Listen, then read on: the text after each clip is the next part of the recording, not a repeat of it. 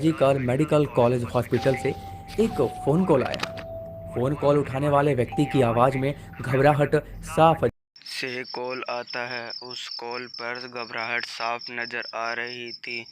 तब उसने कहा, क्या आप लेडी डॉक्टर के पिता बोल रहे हैं? तब हाँ में जवाब आता है और उसके बाद उसने कहा कि आपकी बेटी गंभीर हालत में बीमार है। तब उस पिता के पैरों तले जमीन खिसक जाती है। उसने दूसरी बात पूछने से पहले ही उसका फ़ोन कट जाता है। फिर से वह फ़ोन करने की कोशिश करता है। तब फ़ोन उठाते ही जवाब आता है कि आपकी बेटी नहीं रही। तब उस पिता के पैरों तले ज़मीन खिसक जाती है।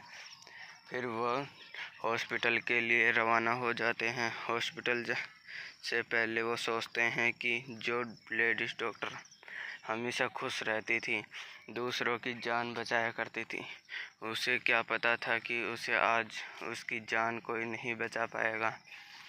तब वह जाते हैं और तब उनके पिता हॉस्पिटल के लिए रवाना हो जाते हैं। लेकिन उन्हें क्या पता था, उनसे पहले ये खबर तूफान की तरह फैल जाएगी। उसे क्या मालूम था, वो उनके हॉस्पिटल पहुंचने से पहले ही वहां पर हंगामा और लोग इकट्ठे हो चुके थे। फिर उसने देखा कि ये क्या हुआ। उनकी माँ का कॉल आया था उनसे सुरक्षित होने के पहले।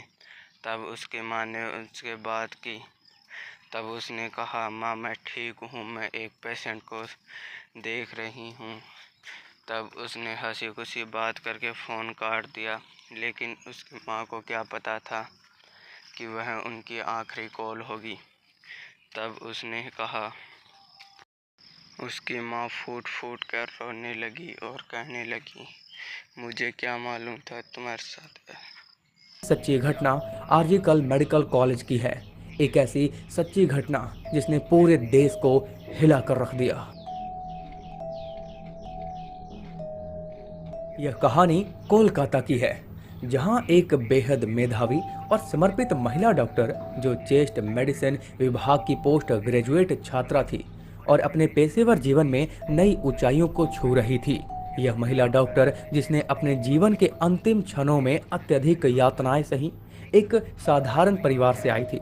बचपन से ही उसे शिक्षा का महत्व समझ में आ चुका था और उसने अपनी मेहनत और लगन से मेडिकल की पढ़ाई पूरी की। यह अपने माता पिता की उम्मीदों का केंद्र बिंदु बन चुकी थी और परिवार में पहली डॉक्टर बनने का गौरव हासिल कर रही थी। उसकी सफलता न केवल उसके परिवार के लिए गौरव की बात थी, बल्कि वह अपने समुदाय के लिए भी प्रेरणा बन चुकी थी। मेडिकल कॉलेज में उसने खुद को साबित करने के लिए कड़ी मेहनत की। उसे हमेशा से ही मरीजों की सेवा करने की प्रेरणा थी और उसने अपने परीक्षण के दौरान जूनियर्स और सीनियर्स के साथ मिलकर काम किया। वह हमेशा मुस्कुराते हुए मरीजों की देखभाल करती थी और अपने काम के प्रति समर्पित थी।